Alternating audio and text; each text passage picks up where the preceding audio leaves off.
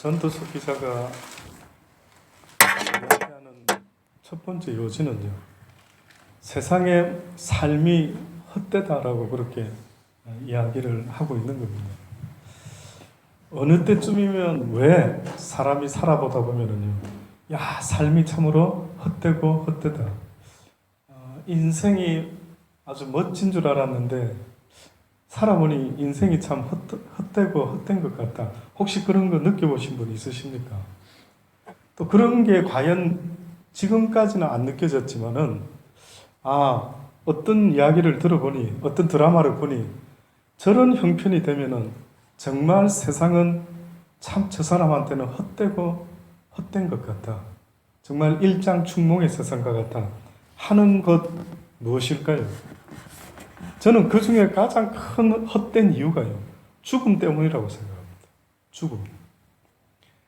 저는 특히 헛된 죽음이 뭘까 보면은요, 평생 애를 써가지고요,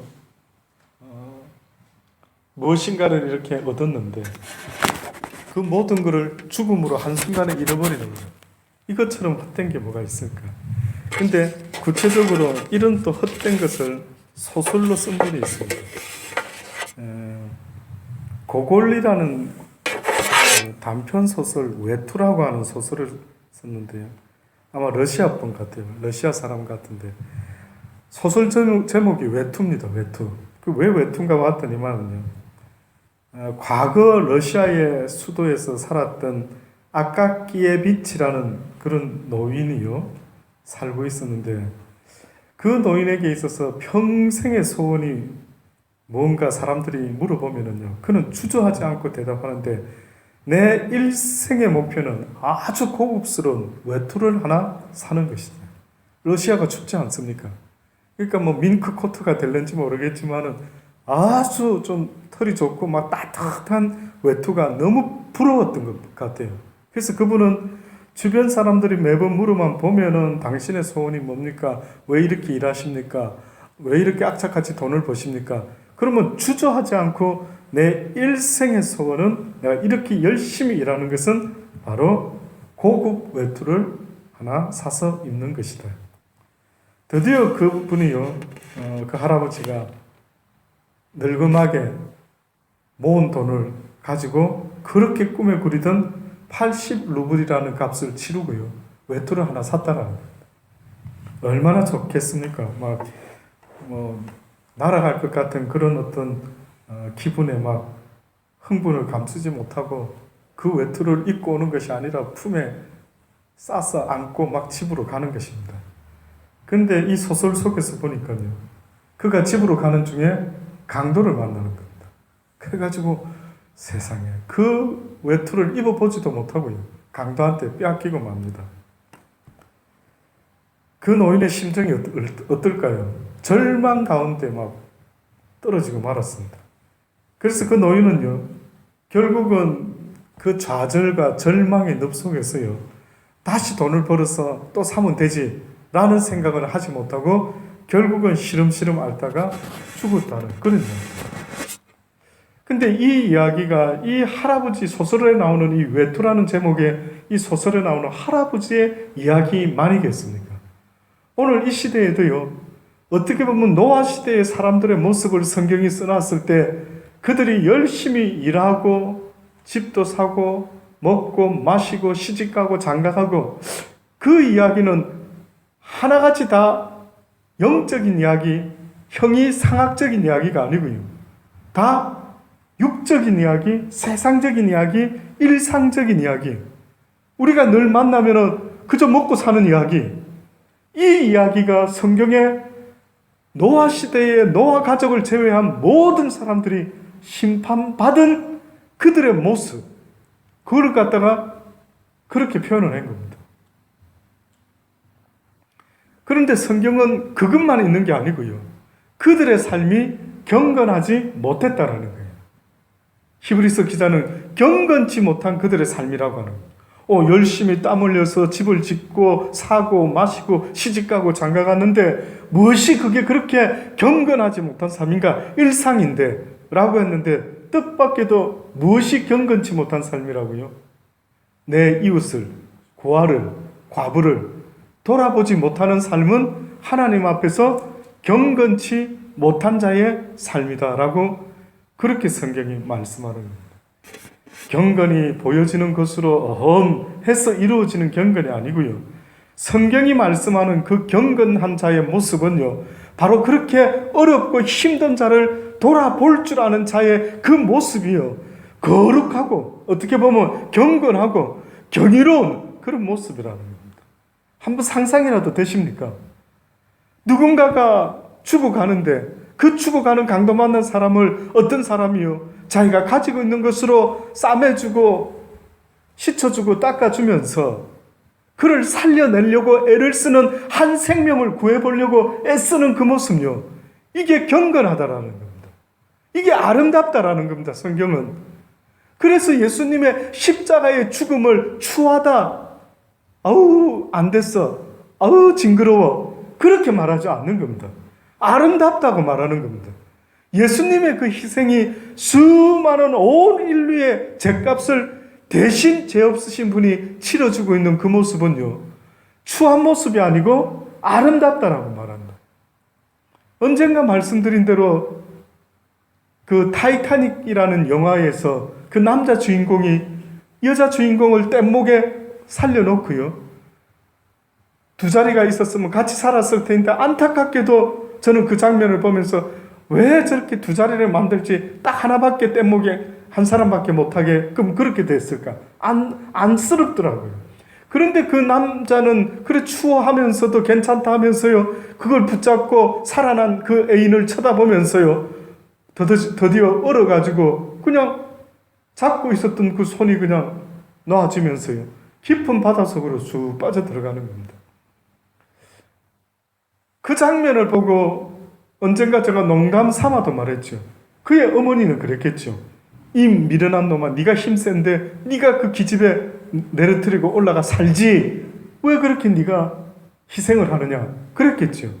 그런데 그렇게 희생하고 죽어가는 그 남자의 모습을 보았던, 만약에 영화를 보았던 모든 사람들은요, 아마 그 장면을 미련하다, 추하다, 바보 같아, 어리석다 이렇게 말하지 않을 거예요. 어떻게 저럴 수 있지? 어떻게 보면 우리 죄지은 인간의 삶 가운데 가장 아름다운 장면이 뭡니까? 가장 영호 목사는 생각할 때 인간의 모습 속에, 이 죄 많은 인생의 모습 속에 가장 아름다운 장면이라면 어떤 장면이 가장 아름다울까요? 뭐 엄마가 자식을 젖먹이는 장면, 희생하는 장면. 그러나 저는요, 부모가 자식한테 하는 건 당연하죠. 그런데 아무런 상관도 없는데 강도 만난 어떤 사람을 보고요, 그를 살리려고 애쓰는 그 모습이 있다면 세상에서 가장 하나님이 보시기에도 아름다운 모습이지 않을까. 왜냐고요? 그분 역시도 그의 사랑하는 아들 예수 그리스도가 우리의 죄를 위하여 십자가에 달려 죽는 그 장면, 아버지여 아버지여 어찌하여 나를 버리시나이까라고 그렇게 처절하게 부르짖는 그 아들의 부르짖까지도요, 외면하고 내버려뒀어요. 결국은 그 희생이 모든 인류를 살릴 수 있는 하나님의 사랑인 것을 나중에 우리는 알게 되었죠. 전도서 기자가 그러는 것입니다. 모든 게 다 헛되답니다. 어떻게 보면은 나를 위해서 살아가는 인생은 모든 게 다 헛되고 헛되다라는 이 말인 겁니다. 근데 이 전도서 기자가 여호와를 경외하는 것 외에는 헛되지 않다라고 하는 거예요. 근데 그 여호와께서 우리에게 네가 나를 경외하는 것, 네가 나를 사랑하는 것, 그것은 곧 과부와 고아와 나그네와 내 이웃을 내 몸과 같이 사랑하는 것, 이것이 바로 너희가 나를 경외하는 것이요, 너희가 나를 사랑하는 것이다라고 이렇게 말씀하고 계시니, 결국 전도서 기자가 궁극적으로 우리에게 여호와를 경외하는 일 외에는 이 땅의 모든 것들이 다 헛되고 헛되다라고 그렇게 말하는 겁니다. 그래서 어떻게 보면 하나님이 기뻐하는 부자라는 것은요, 아버지 내가 부자 되기를 원하나이다. 이제는 부자 되어야 되겠습니다. 왜? 뭐 때문에? 저기 보십시오. 어렵고 힘든 가난한 저 고아와 과부들 보시옵소서. 저들을 돕기를 원합니다. 저들에게 주일날 주님 앞에 나와 주의 말씀을 들을 수 있도록 시간을 만들어 주기를 원합니다. 먹고 산다고 주일까지도 주님 앞에 나오지 못하는 저들에게 아버지여 도와줄 수 있도록 이제는 부자가 되어야겠습니다. 과연 그런 기도를 하면서 하나님 앞에 기도돼야 되겠다라는 그런 제목을 가지고 기도해야겠다라는 분이 있다면은요, 아마 하나님이 들어주지 않을 수가 없지 않을까라는 생각이 들더라고요. 그 외에 이 땅에 있어지는 모든 것들이 다 헛되고 헛되다라고 말하는데, 오늘 11절 전도서 9장 11절 첫 번째로요, 참 의미 있게 표현했죠. 내가 돌이켜 해 아래서 보니 빠른 경주자라고 선착하는 줄 알았는데 가장 먼저 도착하는 것이 아니고 유력자라고 해서, 능력 있는 자라고 해서, 힘 있는 자라 해서 전쟁에 승리하는 것이 아니며, 지혜자라고 식물을 얻는 것이 아니며, 명철자라고 재물을 얻는 것이 또한 아니며, 기능자라고 은총을 입는 것이 아니니 이는 시기와 우연이 이 모든 자에게 임함이라. 다시 말하면요, 내가 노력해서 내가 어떠한 목적을 두고 애를 써서 이루어지는 것이 아니다라고 말합니다. 세상은 우리한테 성공해야 된다, 하루에 몇 시간 자면은 뭐 대학 어디 붙고 뭐하고 이렇게 말하죠. 이게 다 지금 이 전도서 기자는 뭐라냐, 뻥치고 있네. 어리석다. 어리석은 자예요. 누가 부자 안 되고 싶은 자가 어디 있느냐? 누가 좋은 대학 안 가고 싶은 자가 어디 있느냐? 누가 안 아프고 싶은 자가 어디 있느냐? 누가 건강 안 하고 싶은 사람이 과연 이 세상에 어디 있느냐? 그러나 그 모두가 목적을 그렇게 두었다라고 해서 그렇게 이룰 수 있는 자가 이 세상에 아무도 없다라. 그래서 지금 말하는 겁니다. 빠른 경주자라고 1착으로 들어오는 게 아니더라. 유력자라고 전쟁에서 승리하는 게 아니더라. 지혜자라고 식물을 다 얻는 것도 아니더라. 명철자라고 재물을 얻는 것이 아니더라. 그럼 어떤 사람은 재물을 얻고 부귀와 명예와 총선에 당선도 되고 대통령도 되고, 이는 시기와 우연이 이 모든 자들에게 단지 임했을 뿐이래. 대저 사람은 자기의 시기를 알지 못한다. 다시 말하면 대저 사람은, 안타까운 사실은요, 한치 앞을 알지 못한다라는 사실을 알지 못하고 있다. 그게 인간의 어리석음이라. 그래서 사람은, 인간은 무엇을 먹고 사는가 하는 그 러시아의 톨스토이의 소설 속에도 나오지요. 어떤 사람이 구두를 주문하러 구두방에 왔는데 그 천사가 인간의 몸으로 살고 있는 동안 구두방 할아버지가 살려줘가지고 도와줘가지고 거기서 일을 하고 있죠. 구두방에서. 그래서 하나님 앞에 순종하지 않고 인간이 된 그 천사가 풀어야 될 숙제가 몇 가지 있었습니다. 근데 그 가운데 하나가 인간의 어리석음, 인간의 미련함, 인간의 알지 못함.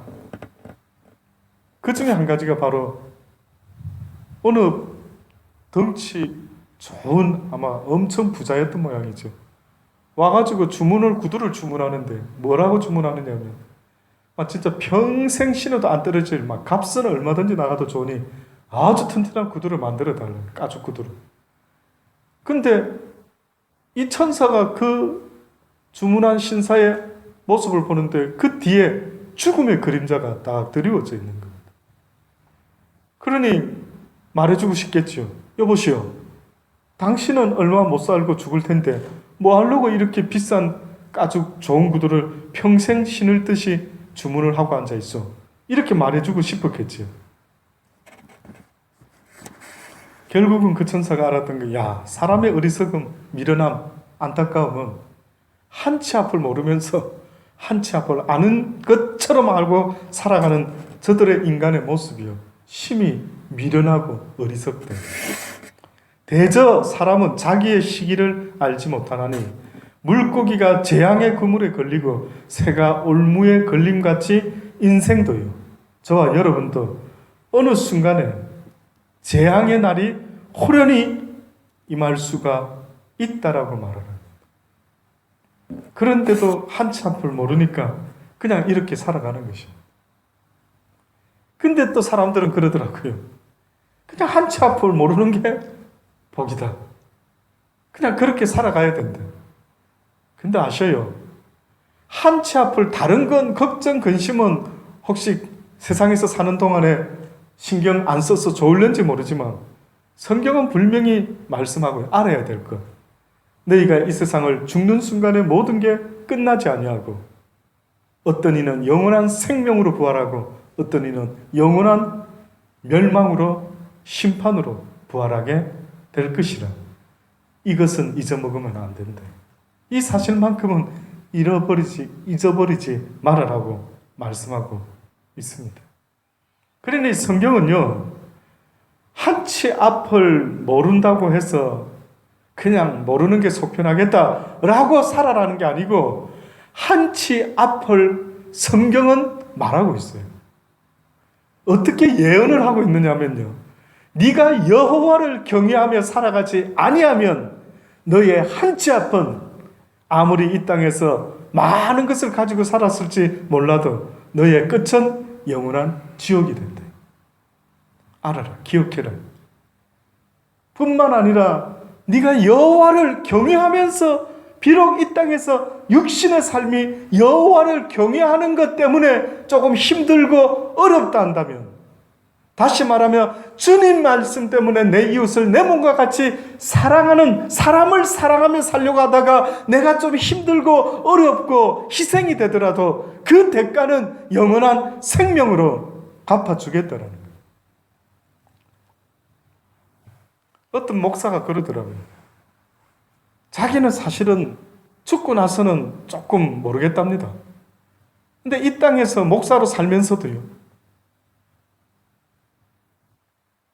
하나님을 전하고 믿는 이유 중에 하나는요, 혹시나 내가 딱 죽어보니까 진짜로 지옥이 있고 천국이 있다면 이거는 내 인생을 잘못 산 게 아니네.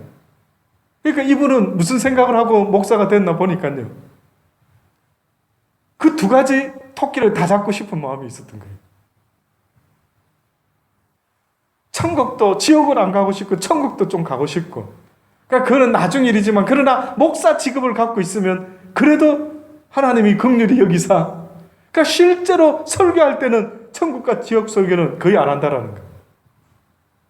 그래서 부지런히 이 땅에 복 이야기를 합니다. 하나님 때문에 이 땅에서 복 받고 잘 먹고 잘 살아야 하나님도 기뻐하십니다. 이렇게 아마 생각을 하고 있는 거예요.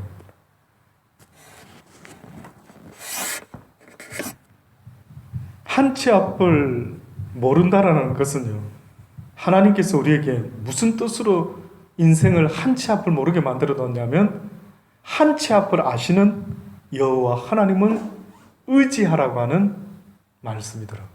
의지하라는 거.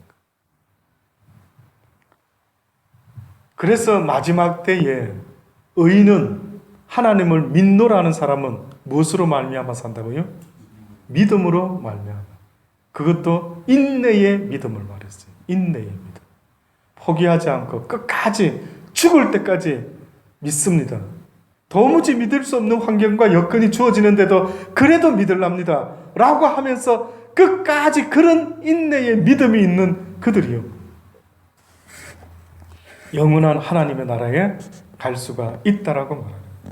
그러니 주의 말씀대로 살려고 하다 보면 얼마나 알게 모르게 힘든지 모릅니다. 오리 가자면 심리도 가주려고 애쓰게 되고요, 한쪽 뺨 맞으면 또 다른 뺨도 돌려대고 겉옷 달라면 속옷까지도 주려고 애를 쓰는 그런 크리스찬의 삶이 그들 눈에는 어리석고 미련해 보이고 할는지 모르지만 하나님은 끝까지 내 이름으로 내 말씀을 붙잡고 그렇게 순종하는 그에게는 내가 영원한 생명을 약속해 주겠다. 그러니 이 땅에 5, 60년 조금 힘든 것하고 영원한 생명을 맞바꾸는 어리석은 자가 되지 말아라. 그러니 너희의 시작이 은혜로 시작했다가 육체로 마치는 자가 되지 말라는 것입니다. 내가 또 해 아래서 지혜를 보고 크게 여긴 것이 이러하니 곧 어떤 작고 인구가 많지 않은 성읍에 큰 임금이 와서 애워싸고 큰 흉복을 쌓고 치고자 할 때 그 성읍에 아주 가난한 지혜자가 있어서 그 지혜로 그 성읍을 건진 것이라. 이 가난한 자를 기억하는 사람이 없었더라. 참 훌륭하죠. 대단하죠. 근데 이 세상에서 아무리 그렇게 훌륭하고 지혜로운 자의 모습으로 살았다 하더라도 무엇과는 바꿀 수 없다고요? 여호와를 경외하는 삶과는 바꿀 수가 없다. 이의령 교수라고 한국의 유명한, 제가 알기로는 대한민국 최초의 문공부 장관이랬으니까, 예. 그분의 딸이 맞습니까? 이민아, 예, 집사님 되셨다가 이제 목사님이 되셨죠. 그 외동 딸이 처음 결혼해서 22살 때인가요? 결혼했대. 그 첫 남편이 지금 정치하고 계시는 김한길 의원이죠. 그 분이 그래서 결혼을 해서 아들을 낳았습니다. 근데 그 아들이 20몇 살이지, 19살인가요? 20살쯤인가요? 멀쩡히 있다가 애가 갑자기 툭 쓰러졌어요. 꼬꾸라졌답니다. 그래서 왜 이러지 얘가? 병원에 데려갔는데 한 달 만에 죽었습니다. 그 여인이요, 제가 얼마 전에 또 이렇게 누군가가 이렇게 어디에 기고한 글을 쫙 하는데 너무 자세하게 써놨더라고요. 저는 개인적으로요, 완전 그 아버지가 막 그런 아주 대한민국의 최고의 아버지를 두고 태어난 그 딸이요, 그 여자가요, 어느 순간부터 그의 인생이, 근데 나중에 알고 보니까 자기는 아버지하고 살 때도 기쁘지 않았답니다. 그 아버지가 대단한 그런 분이면 우리는 막 그 뭔가 좋은 혜택이 있을 것으로 생각했는데, 그 딸의 고백, 그 이민아 목사의 고백을 들어보니까요, 자기는 하나님을 모르는 그 아버지 밑에서 사는 그것이요, 하나도 좋았던 적이 없었답니다. 그랬는데 이제 시집가서 아버지를 벗어나서 이제 사랑하는 사람과 살면 행복하겠지 하고 시작했는데, 힘든가 어려움 속에서요, 두 부부가 늘 부딪히는 겁니다. 그게 표현이 진짜인가 모르겠는데 이렇게까지 표현해놨더라고요. 어느 날 미국에 가서 아버지가 안 도와줬는지 일을 얼마나 많이 했으면요, 저녁 새벽까지 맥도날드 일을 하루에 한 서너 탕을 뛰었답니다. 잡을. 그리고 와가지고 지쳐서 집에 새벽녘에 들어오면요, 그나마 그 남편도 힘들었지만 남편이 공부한다고 그래가지고 밥을 차려줘서 하는 말이 부부의 대화. 여보, 밥 먹어요. 못 먹겠대. 힘이 없어서. 그 해놓은 거라도 좀 먹지. 대화가 이런 식이랍니다. 여보, 어서 와. 나 따뜻하게. 땡큐, 여보. 이런 대화가 아니었답니다. 왜 사는지 모를 남편과 아내의 그런 대화를 하면서 결국은 아마 재혼을 해서 또 낳은 아이였던 모양이죠. 어떤 희귀병에 또 걸려가지고요. 들어보니 하여튼 파란만장하니 그렇게 인생이 고달플 수가 없더라고요. 그 아버지도 결국은 그 딸이 또 눈까지 머는 거 아시지 않습니까? 내 딸의 눈이 떠지면은 내가 예수 한번 믿어볼란다. 결국은 그렇게 기적적인 어떤 일을 통해서 늙음하게 하나님을 믿게 되고요. 그 딸도 세상의 모든 영문학과를 나와서 영어를 잘해서 법 쪽에 미국에서도 좀 변호사도 좀 하고 했던 모양이더라고요. 이제는 다 내려놓고요. 오직 하나님만 전하는 그 일을 하고 있습니다. 아, 저럴 수도 있구나. 저럴 수도 있구나. 저는 꼭 그렇게까지 겪어가지고 하나님의 일을 하고 이제 주님을 믿고 하는 것보다요. 할 수만 있다면 젊었을 때 청년들이요. 천지를 창조하신 여호와를 기억해라는 거 아닙니까? 기회 있을 때, 힘이 있을 때, 아직도 하나님이 나에게 이 땅의 삶을 허락해 주시고 있는 이 시간이 있을 때에 그 주님 앞에 경외하는 삶을 살아갈 수 있는 저와 여러분 되기를 바랍니다. 그거 외에는 헛되답니다. 얼마나 더 살아봐야 헛되지 않을 줄 알았는데 이런 헛된 인생이 있을 수 있을 거예요. 한번 보세요. 어차피 시간은 흘러가고 어차피 내 육신은 늙어가는데 언젠가는 하나님 붙잡고 그분의 말씀대로 경외하며 이웃과 나그네와 가난한 자와 고아와 주님이 부족한 자에게도 명심을 시키신 옛날에 어떤 은혜를 끼치신 말씀이 있었다면요. 내가 누구의 친구였던 것을 너도 잊지 말아라. 네가 비록 목사로서 목회를 하지만 누구의 친구가 되어야 될지 잊지 말아라. 네가 권세 있고 힘 있고 능력 있는 자의 편에 서는 자가 되지 말고 아무것도 의지할 것이 없는 가난한 자와 고아와 과부와 그들의 죄인과 그들의 친구가 되어졌던 나 예수 그리스도를 잊지 말아라. 내가 누구의 친구였던지를 잊지 말아라 하시는 겁니다. 그들의 친구가 되어주라는 것입니다. 그들과 울 때에 함께 울어줄 수 있는 자가 되어라는 것이고요. 그들이 웃을 때에 웃을 일이 없다면 그들을 웃겨줄 때에 너도 같이 웃을 수가 있다라고 말씀하는 겁니다. 이것이 친구랍니다.